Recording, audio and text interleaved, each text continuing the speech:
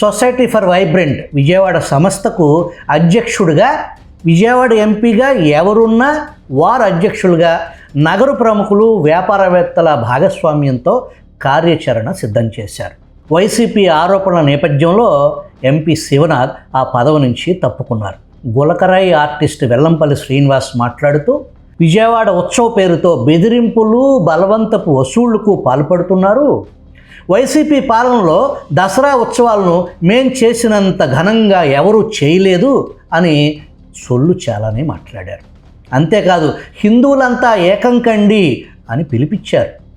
కాలి బొటనవేలంత బొట్టు పెట్టుకున్న ప్రతి ఒక్కడు హిందువు కాడు, మెడలో ఎర్ర కండువా వేసుకున్న ప్రతి ఒక్కడు కమ్యూనిస్టు కాదు. అవి కేవలం కొందరి వేషాలు మాత్రమే.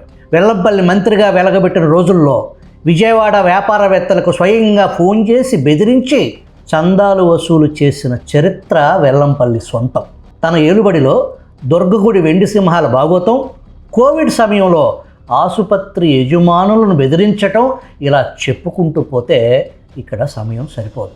అదే ప్రెస్ మీట్లో ఎన్టీఆర్ జిల్లా శాసనసభ్యులను అవమానకరంగా తక్కువ చేసి వైసీపీ నాయకులు మాట్లాడితే కౌంటర్గా టీడీపీ ఎమ్మెల్యేలు ఒక్కరు కూడా నోరు విప్పకపోవటం టీడీపీ పార్టీలో క్రమశిక్షణ రాహిత్యానికి, అంతులేని బాధ్యతారాహిత్యానికి పరాకాష్ట అని చెప్పుకోవచ్చు.